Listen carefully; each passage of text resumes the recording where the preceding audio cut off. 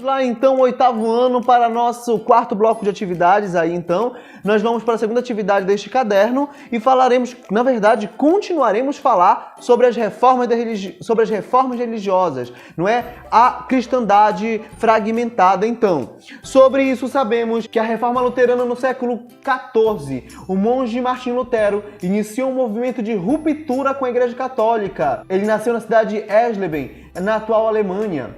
Aos 22 anos, entrou para a Ordem dos Agostinianos, um grupo religioso católico inspirado pelas ideias de Santo Agostinho. Em seus estudos, Lutero encontrou frases que lhe pareceram fundamentais. Interpretando tais frases, ele concluiu que o homem e mulher, corrompidos pelo pecado original, só poderiam se salvar pela fé em Deus. Assim, o único instrumento de salvação seria a fé e não as obras.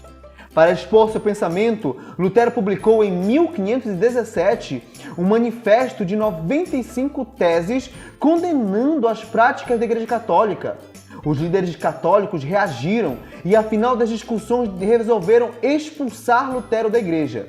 Fugindo das perseguições, Lutero refugiou-se no castelo de um príncipe, onde traduziu a Bíblia para o alemão.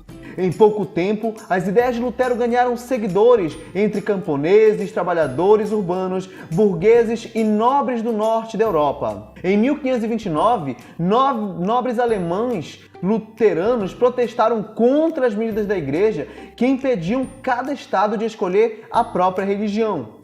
Com isso, o nome protestante passou a designar os cristãos que não fossem católicos ou ortodoxos. Entre os princípios da doutrina luterana destacam-se a fé cristã como único caminho da salvação, a Bíblia como única fonte de fé, o batismo e a Eucaristia como únicos sacramentos. Além disso, o luteranismo não aceitava os cultos dos santos católicos, a adoração de imagens religiosas e a autoridade do Papa. Sobre a reforma calvinista, sabemos que João Calvino, católico e formado em teologia, aderiu às ideias de outros reformadores protestantes, mas depois liderou o próprio movimento reformista, que foi chamado de calvinismo. Calvino foi perseguido pelas autoridades católicas francesas e acabou fugindo para a Suíça, onde se tornou líder do governo da cidade de Genebra, de 1541 a 1560. O governo calvinista condenava o jogo, o culto às imagens de santos, as danças, o uso das roupas luxuosas e de joias. Além de acreditar que somente a fé traz a salvação, Calvino defendeu a existência de uma predestinação ao céu.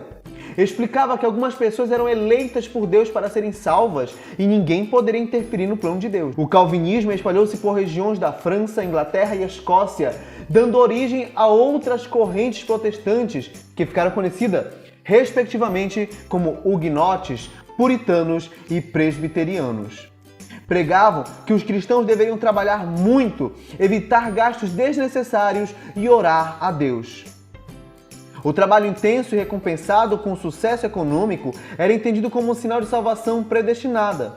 Para o sociólogo Max Weber, os ideais calvinistas pareciam os interesses da burguesia e do capitalismo, pois estimulavam o trabalho e o acúmulo de riquezas, além de defenderem o lucro. Essa é uma das ideias defendidas em seu livro A Ética Protestante e o Espírito do Capitalismo. Sobre a reforma anglicana, sabemos que no século XVI também ocorreu uma reforma religiosa na Inglaterra, conduzida pelo rei Henrique VIII. Dessa forma, surgiu a Igreja Anglicana. Um dos principais motivos da ruptura entre o rei inglês e a Igreja Católica relacionava-se às disputas pelo poder político e econômico.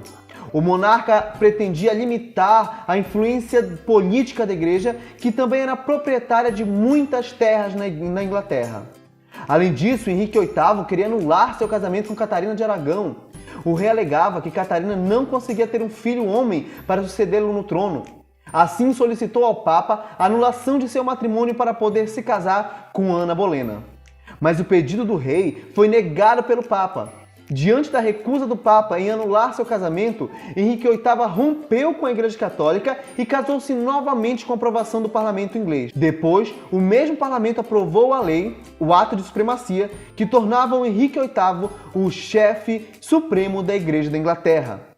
Em seguida, o rei confiscou os bens da Igreja Católica. O Papa Paulo III reagiu excomungando o rei inglês, mas não conseguiu impedir a criação da Igreja Anglicana, que não era muito diferente da católica no que se referia à doutrina e culto. Sobre a Reforma Católica, sabemos que a reação da Igreja Católica ao protestantismo ficou conhecido como Contra-Reforma ou Reforma Católica, e incluiu medidas como a punição de lideranças protestantes, a criação da Ordem dos Jesuítas, as decisões do Concílio de Trento, volta da Inquisição.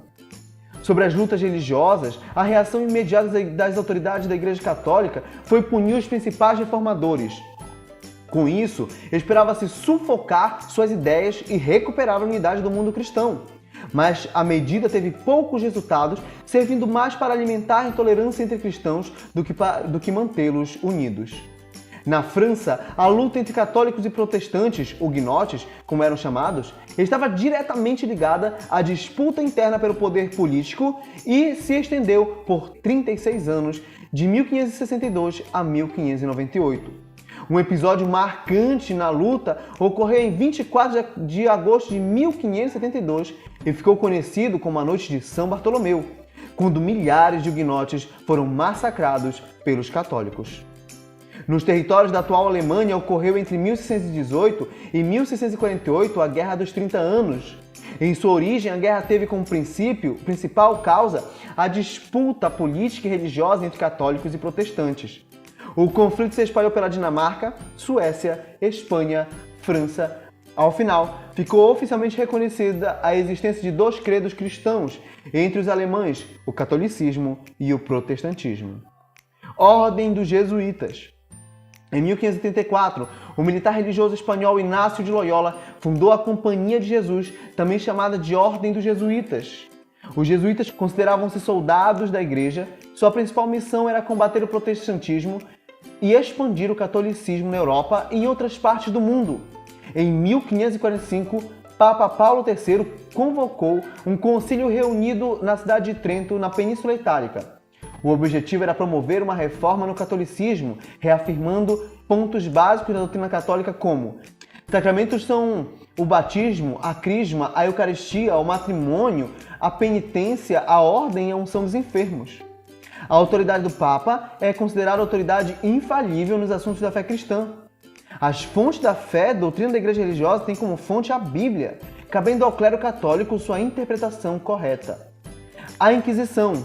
Sobre a Inquisição, a Igreja Católica reativou a Inquisição, entre outras medidas elaborou em 1559 o Index Liborium Prohibitorum, que era uma lista de livros proibidos aos católicos, como obras de Galileu Galilei, Nicolau Copérnico e outras obras de autores protestantes. Devemos lembrar que a Inquisição tinha como objetivo punir as pessoas acusadas de crimes contra a fé católica. Para isso, receberam autorização do Papa para usar até mesmo tortura como forma de obter as confissões dos acusados.